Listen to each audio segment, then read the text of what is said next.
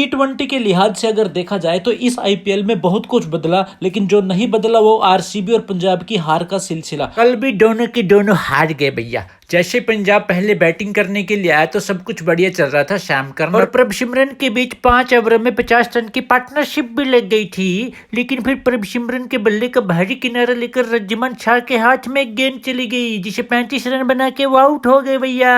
और उसके बाद तो फिर विकेटों का एक के बाद एक लारा लग गया। वहीं पाकिस्तान के पीएसएल से अपनी फॉर्म में सड़ाद उठा के आए रायली रूसो अभी तक सदमे में चल रहे हैं। और कप्तानी का फायदा तो कोई शाम करन से उठाना सीखे। बंदा मिडिल ऑर्डर में बैटिंग करने आता था, लेकिन जैसी कप्तानी हाथ में आई अपने आप को प्रमोट करके ओपनिंग करने लग गया और 20 रन पे घिचनी कर दी। वहीं लिविंगस्टन भूल गए कि इनको बॉलिंग के साथ साथ बैटिंग भी करनी होती है। और जीतू बेटा, अगर ऐसे ही खेलोगे तो टीम इंडिया में दोबारा नहीं आ पाओगे तुम। नीचे हरप्रीत बराड़ आके चौके छक्के मार रहा है, बताओ 12 गेंदों में 29 रन बनाए उसने, जिसकी वजह से पंजाब 20 ओवरों में 142 के टोटल स्कोर तक पहुंच पाया। इसके बदले गुजरात के सूरते हाल भी कुछ पंजाब से मिलते जुलते ही थे। शुभमन गिल के साथ ओपनिंग करने आए रिद्धिमान शाह तीसरे ओवर में ही अर्शदीप की बॉल पर आशुतोष को कैच देकर 11 गेंदों में 13 रन बनाकर पवेलियन का रुख कर गए। प्रिंस सलाह के अभी भी खड़े थे और मैच की हालातों को समझते हुए समझदारी से क्रिकेट खेल रहे थे। साई सुदर्शन के साथ उनकी एक पार्टनरशिप भी सांस लेने लग गई थी, लेकिन फिर प्रिंस ने अपने सर का ताज उतार कर हवा में एक शॉट खेला सीधा रबाडा के हाथों में,